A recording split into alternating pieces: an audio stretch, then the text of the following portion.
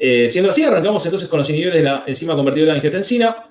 Empezamos con la farmacodinámica, donde obviamente podríamos decir inicialmente que son inhibidores de la enzima convertidora de angiotensina, y si bien estaríamos en lo correcto, no sería una respuesta completa en cuanto a los eventos que ocurrirán luego de esta inhibición. Pero bueno, obviamente, todo comienza con el bloqueo de la conversión de angiotensina 1 a angiotensina 2, lo cual lo hace interactuando en varios sitios de la enzima convertidora. Posteriormente a esta inhibición se produce, en primer lugar, vasodilatación arteriolar con disminución de la presión arterial y de la poscarga, atenuación del tono simpático. Esto se explica porque la angiotensina 2 es capaz de estimular el sistema simpático, con lo cual vamos a tener más vasodilatación y descenso de la pre y poscarga, inhibición de la secreción de aldosterona con aumento de la excreción renal de sodio, disminución de la liberación de la hormona diurética, lo cual también va a aumentar la excreción de agua libre.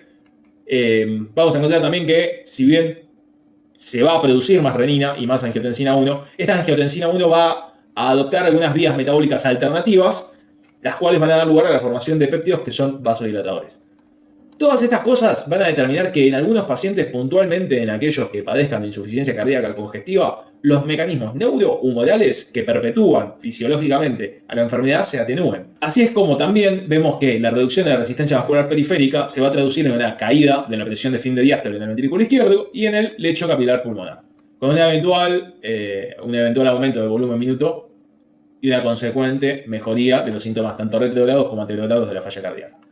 También se observó una atenuación del proceso de remodelado cardíaco, estabilizando en cierta medida el grado de hipertrofia ventricular. Hay algunos autores que se refieren a este efecto como efectos pleiotrópicos del IECA. Esto es un error en realidad, porque estos efectos se producen por inhibición directa del sistema renina-angiotensina-aldosterona y por ende no son en sí un efecto pleiotrópico. Finalmente cabe destacar dos cosas más. La primera es que la enzima convertidora de angiotensina es una enzima que no solo metaboliza angiotensina, sino que participa en otras vías metabólicas. Entre ellas, es una de las formas a través de las cuales la bradiquinina se degrada. Las otras dos formas, por si te interesaba, son a través de dos cinasas. Una es una aminopeptidasa y otra es una carboxipeptidasa. Por lo tanto, es lógico pensar que vamos a tener más bradiquinina, ¿sí? Si estoy inhibiendo a una de las maneras de las que se elimina. La cual es una sustancia vasodilatadora por vía óxido nítrico y aumento de prostaciclina. Otra cosa muy importante, altamente preguntada en los exámenes en general, tanto en la farmacología como en la medicina interna, es que los IECA tienen efecto nefroprotector. Esto se debe a que los efectos sobre la hemodinamia renal son un poco particulares, ¿sí? A ver, vamos 20 segundos al glomérulo que te lo explico. Teníamos una arteriola aferente que llegaba al glomérulo y una arteriola eferente que salía del glomérulo. La angiotensina 2 genera, entre muchas otras cosas, vasoconstricción de la arteriola eferente. Entonces, si yo hago desaparecer a una sustancia que vasocontrae a la arteriola eferente, voy a generar que ésta se vasodilate. Lógico. Bueno, eso mismo. Los IECA generan vasodilatación de la arteriola eferente. Pero, ¿cómo es que este efecto va a proteger al riñón? Bueno, voy a tratar de explicarlo de la forma más sencilla que pueda. Imagínatelo de la siguiente manera. Si viene la sangre por la aferente, llega al glomérulo y la eferente está contraída, es como que esa sangre está en el glomérulo, ¿sí? que está ahí en el glomérulo, le va a costar más continuar con su flujo. O sea, la sangre se queda boludeando en el glomérulo en vez de seguir su camino. Por ende, la presión adentro del capilar glomerular va a aumentar y la presión de filtración también, a expensas de aumentar el componente hidrostático, ¿sí? La ecuación de Starling. El riñón puede entrar en algo llamado hiperfiltración, que se va a presentar luego de una exposición prolongada a altas presiones intravasculares en este nivel.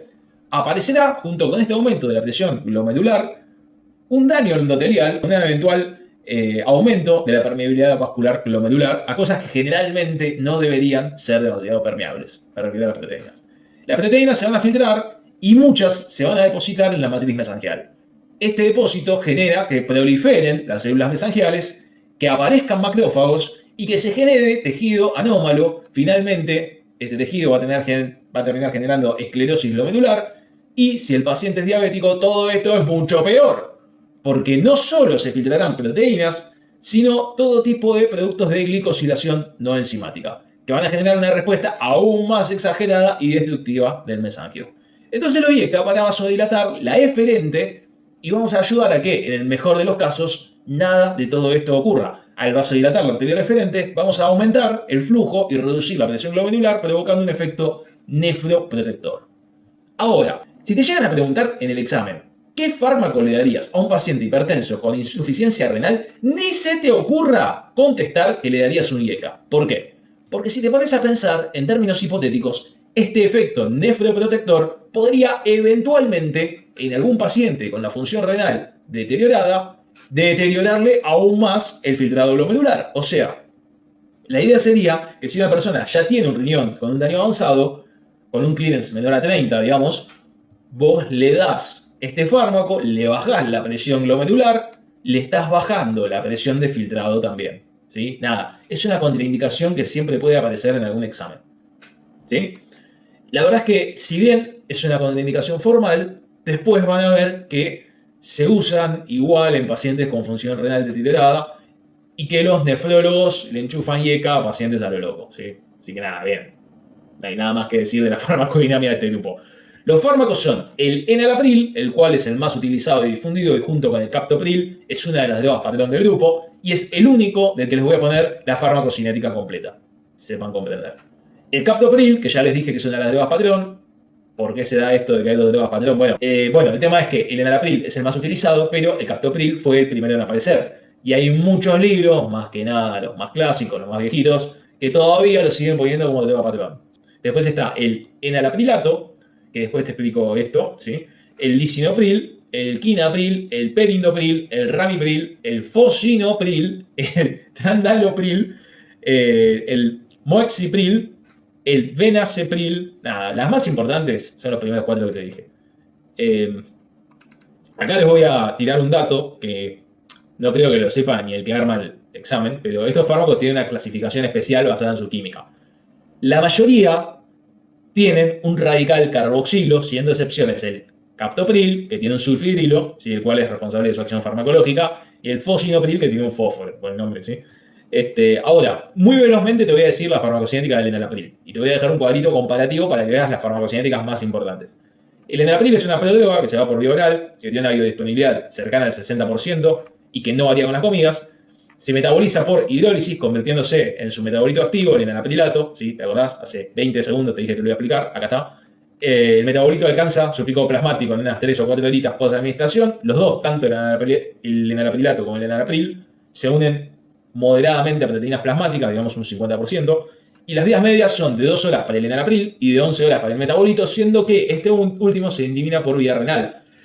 Aunque se pega tan fuerte a la enzima convertidora de angiotensina que su vida media real de eliminación, es decir, su vida media beta, es de unas 30 horas. Por si te lo estabas preguntando, el enalaprilato no se puede dar por vía oral, se tiene que dar siempre por vía endovenosa en infusión lenta.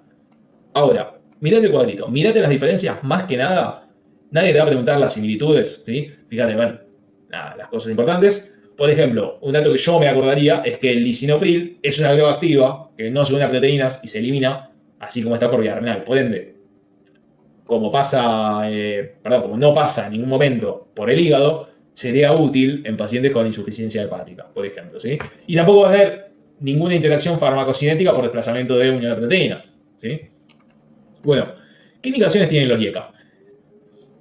Los vamos a dar, obviamente, para el tratamiento de hipertensión arterial esencial, pero algunas formas son más susceptibles que otras de ser tratadas por los IECA, ¿no? Obviamente. La hipertensión en pacientes diabéticos, no porque genere algún cambio en la glucemia, sino por su efecto nefroprotector.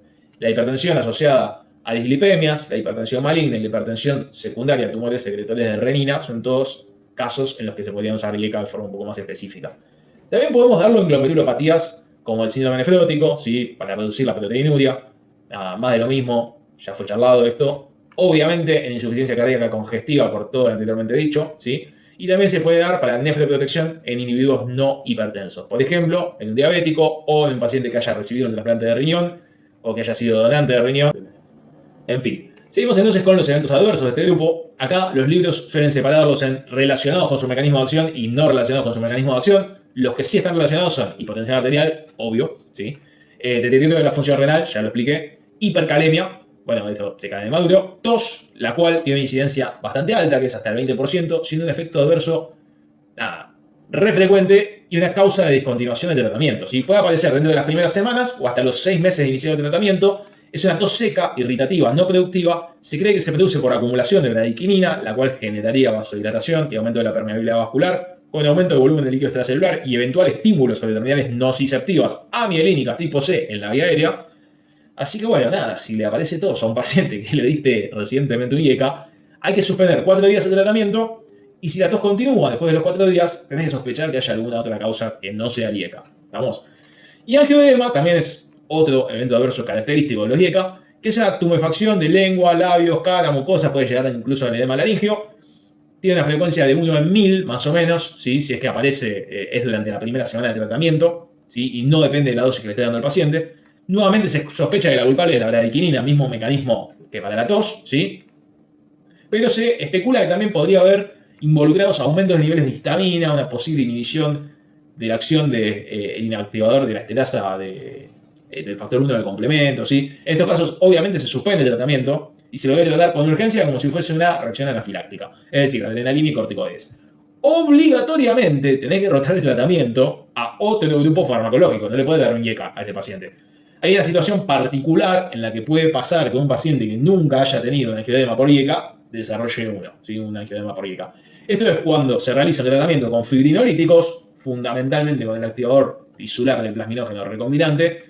Esto ocurriría por activación del sistema complemento, que eleva los niveles de C3 activados, el 4 activado, C5 activado, que van a llevar a una degranulación mastocitaria y liberación de histamina. Asociado a que la plasmina, que va a aparecer, también aumenta por cascada de quinasas la producción de bradykinin. Vamos, y esa bradykinin, como sabemos, no se va a poder degradar.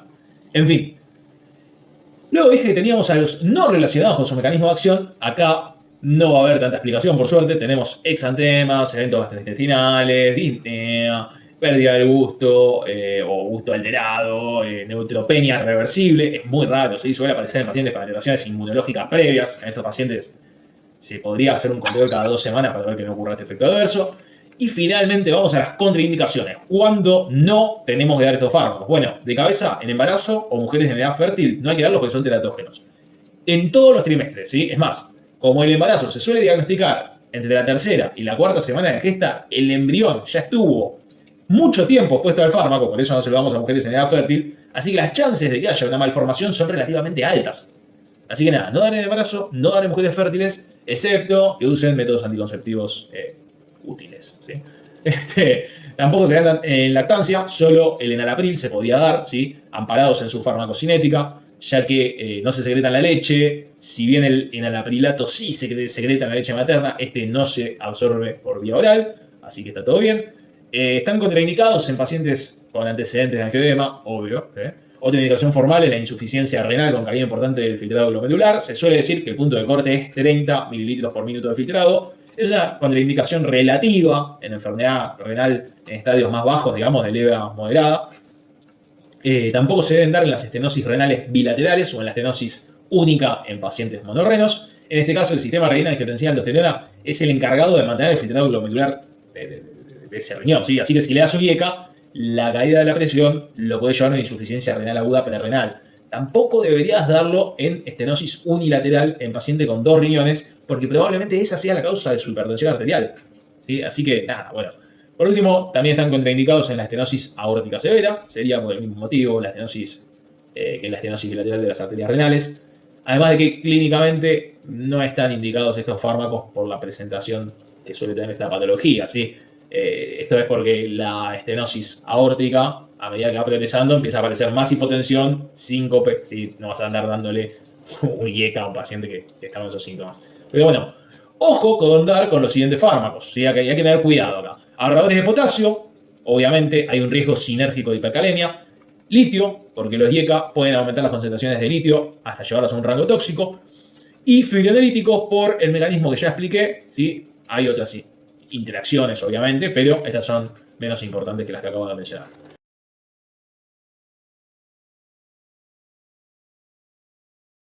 ¿Qué le vamos a hacer?